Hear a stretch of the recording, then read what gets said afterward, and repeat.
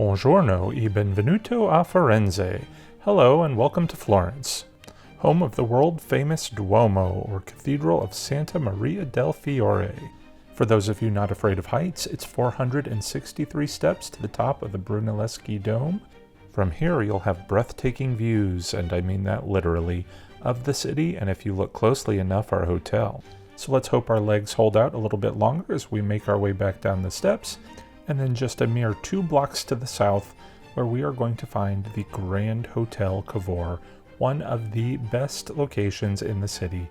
It has a spectacular rooftop bar with those views of the Duomo, and we're just blocks away from major attractions such as the Ponte Vecchio, the Uffizi Gallery, the Accademia Gallery, where we can see Michelangelo's statue of David. But for now, let's go ahead and head on into the hotel and find our room so we can take a little bit of a break before exploring the rest of the city and those sites. This hotel does have 98 rooms, so it does seem pretty bustling most of the time. There we just saw a separate restaurant that serves breakfast in the morning, among other things. There is a fantastic roof bar at the top of the hotel that has great views of the Duomo. But if you just wanted to hang out in the lobby, it's pretty spectacular as well. There are a couple of elevators there that'll take you up throughout the 6 floors of the hotel. But since our rooms were located on the 2nd floor, we preferred to take the grand staircase. Usually that is, just not after climbing those Duomo stairs. But whichever way you do decide to come up, you're going to be greeted by an array of artwork.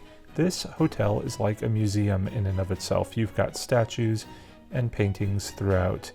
Now we actually booked a family suite. It is a deluxe room, number 212, and a regular room, number 211, that can be combined into one with a separate access door. So as we go in, you can see we're going to start with the smaller room.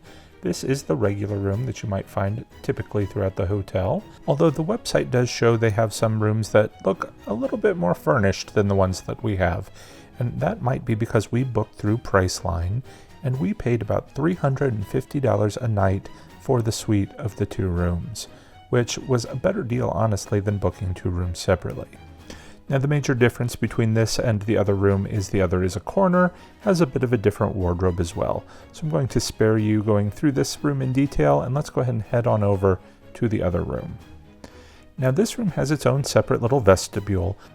I've also never seen this sort of door stopper before. You kind of kick that off to the side, and you can close each room off to have your own separate space if you like.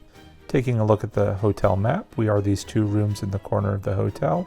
It is a bit of a jog down the hall and around the corner if you want to find the elevator. You're also going to come across some vending machines and even a library. But back to our room, this vestibule is going to serve as our closet. You'll notice we have an open shelving system here, a bit different than that other room. Here on the shelving you will find a safe to keep your passport locked up nice and secure. You also have a refrigerator. By the end of the trip, we really learned how to Tetris things in here, as it's the narrowest refrigerator I have ever seen. And narrow is something you're going to need to get used to throughout this hotel room. We're going to go ahead and head into the bathroom next. Do love the fact that there is a window in this bathroom. It lets in a lot of natural light and fresh air, which does make this room seem a little bit more pleasant. You have an interesting shaped mirror there. Kind of goes along with the artistic nature of the hotel. Couple of amenities here on the countertop. Those 4 boxes contain Q-tips and cotton swabs. Those boxes multiplied every day that we were there, and we never used them once. There is some wall-mounted hand soap and another wall-mounted plastic container for who knows what. You do have a toilet and separate bidet, and on the wall you have towel warmers, which, although I love as a nice luxury, seems to be pretty common in the Italian hotels that we're staying at. Now that narrow theme certainly carries through to the shower here. As you can see, they have a wall-mounted shower head that you can remove to use, which is going to be very helpful, because if you're not European sized, like I clearly am not, standing sideways within this shower is a bit of a challenge. Not that you're going to want to spend much time in here bathing with this combination shampoo, conditioner, and body soap all in one.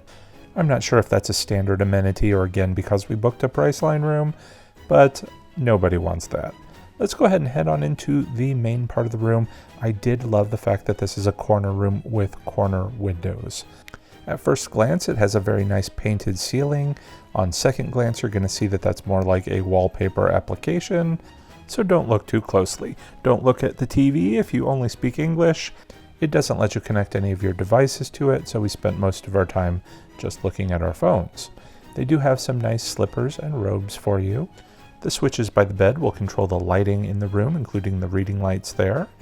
There are some easily accessible outlets if you need those by the bed. The bed itself was rather firm, and I found the pillows to be rather uncomfortable, one of which was extremely thin. This is the only seating in the room. It does double as some storage, so maybe you can throw your dirty laundry in there, but we would have liked a table and some chairs to be able to sit at and eat a snack or enjoy breakfast, all of which you can find on the streets here outside the hotel. We found a convenience store about a block away that we often got snacks from. There's even a laundromat a couple of blocks away if you need to do some laundry for these long European adventures. I will say that the views outside the windows of these rooms are not spectacular. There is a lot of noise. It's a very popular touristy area of the city, so you're going to hear a lot of cars and people, and especially all those motorcycles that we saw. But even though there's not a good view, you can find some great views, just again, a 10-minute walk in any direction. And once you come back to the room, having got your fill of all your touristy activities, you can close these fantastic window shutters and completely darken the room for a good night's sleep. Or at least a decent night's sleep on this bed. Before we go, I did want to say a special thank you to all the patrons who help support the channel.